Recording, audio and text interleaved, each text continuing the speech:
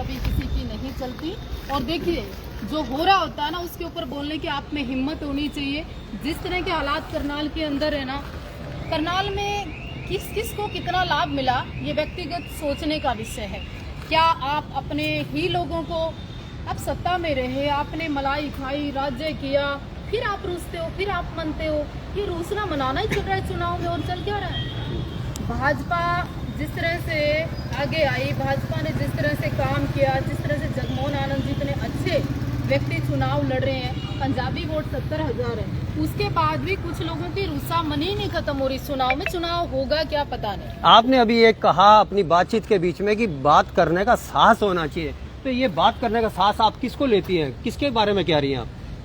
मैं अपने बारे में बात करती हूँ और अपनी बात करती हूँ। लेकिन आपने अभी तक प्रत्यक्ष रूप से फिर भी नहीं कहा कि किसको लाभ हो रहा है। मैं बता रही हूँ, आप राजनीतिज्ञों की तरह, एक सफल राजनीतिज्ञ जो होता है बात को घुमा करके जवाब देना, बखूबी आपसे कोई सीखे। जी जी, थैंक यू सो मच। आपने एक ही शब्द में हमारी तारीफ कर दी। लेकिन मैं ये कहना चाहती हूँ कि आपके 10 से अधिक पार्षद जब दौड़ जाएं, आपके बहुत घनिष्ठ नेताओं के पार्षद जब जो दौड़ जाएं, आप 10 साल मेयर पद पर जब रह जाएं, जब आपके ही किसी साथी को टिकट मिल जाए और उसके बाद रूठकर जो बयानबाजी में जो डैमेज समाज हुआ है, करनाल वासियों का कोई कसूर नहीं, करनाल की जनता का कोई कसूर नहीं। करनाल करे क्या, ये सवाल पैदा होता है। तो मलाई चाटने की बात को आप बात कर रहे थे कि मलाई चाटने, यहाँ तो मलाई मिलेगी, क्या उनको मलाई मिलेगी जो छोड़ के जा रहे हैं? उनको मलाई पहले भी कम मिली इसलिए छोड़ के गए, मलाई कुछ ही लोग खा गए इसलिए छोड़ के गए, इच्छाएं कुछ लोगों की पूरी नहीं हुई इसलिए छोड़ के गए। क्या जो पद था आपके पास वो काफ़ी नहीं था, उसके बाद भी आपको चुनाव लड़ने की अगर इच्छा पैदा होती है तो कहीं ना कहीं सवाल पैदा होते हैं। इसका मतलब कल आप पार्टी को माँ कहते थे, कल पार्टी को बाप कहते थे, कल पार्टी के सच्चे सिपाही होते थे, थोड़ा सा इच्छा पूरी ना होने के बाद वो पार्टी आपकी सौतेली मासी भी नहीं रही, तो सवाल तो उठते हैं। आप एक बात बताएं कि आपने ये कहा कि रुसा रसाई, आपके शब्दों को फिर वापस लेकर के चलता हूँ, तो आप इसके अंदर मुख्य कारण शायद कोई ब्रिज गुप्ता जी की तरफ कोई इशारा नहीं कर रही है? नहीं, जिला अध्यक्ष हो गए हैं ब्रिज गुप्ता जी, कार्यकारी जिला अध्यक्ष। हाँ, मैं बधाई देना चाहती हूँ, पर मैं ये भी चाहती हूँ कि करनाल के अंदर परिवारवाद, पक्षपात, खानदानी ही लोगों को नहीं मिलना चाहिए, बहुत कुछ उन लोगों को भी मिलना चाहिए जो करनाल के लिए वाकई ही चिंतित। इन चीजों का किसको नुकसान होगा?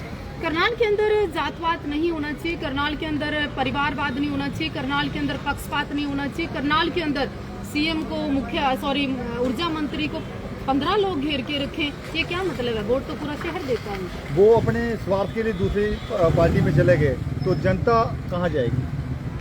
मनोहर लाल खट्टर जी जब यहाँ के मुख्यमंत्री थे, उनको 15-20 लोगों ने छोड़ा नहीं, 10 लोग उनके इतने घेरे के अंदर थे कि मुख्यमंत्री अपनी बात आम लोगों तक और आम लोग मुख्यमंत्री तक अपनी बात नहीं पहुंचा पाए, इसलिए जो गैप हुआ उसी ने भाजपा का नुकसान किया। कुरुक्षेत्र में नरेंद्र मोदी जी आए थे और उनके बैनर से मनोहर लाल खट्टर जी का फोटो ही हटा दिया गया। और अब मनोहर जी को जो है हरियाणा के अंदर ना ला करके उनको समस्त भारतवर्ष में स्वच्छता की दृष्टि से कि साफ होना चाहिए, वो जिम्मेदारी लगा दी गई है, तो आप क्या कहना चाहेंगे इस बारे में? देखिए, माननीय मनोहर लाल खट्टर जी बड़े ईमानदार हैं, बड़े सहज हैं, बड़े अच्छे हैं, उनसे मेरा भी आत्मिक लगाव और प्रेम है, हमारे खुद के आश्रम वो आए हैं, पर मैंने उनसे साथ एक ही बात की हमेशा कि जो आपके चारों ओर एक घेरा है, चारों ओर जो आपके अपने घनिष्ठ नेता हैं, चारों ओर जो दबंग पर्सनैलिटी के लोग हैं, इस ओरे से बाहर निकलिए। ये नेगेटिव ओरा सारे शहर को दूषित करता है। पहले भी आपने मुख्यमंत्री मनोहर लाल जी के लिए कह दिया कि 2 लाख वोटों से जीते। यस। अब जगमोहन आनंद जी कितने वोटों से जीते? जगमोहन आनंद जी तो जीत जाए, मैं शुभकामनाएं देती हूँ एडवांस में, पर जगमोहन जी को जीतने क्या उन्हीं के लोग देंगे? जगमोहन जी के जो रूस जैसा काम चल रहा है ये सफल हो पाएगा, या जीतने के बाद भी क्या ये लोग उनसे काम होने देंगे? क्या शहर का विकास इसी झंझट में कभी लड्डू कड़वा कभी मीठा यही चलता रहेगा? शहर में इसके ऊपर उठकर भी काम करना चाहिए। आप समाज के लोगों को क्या संदेश देना चाहेंगे अंत में?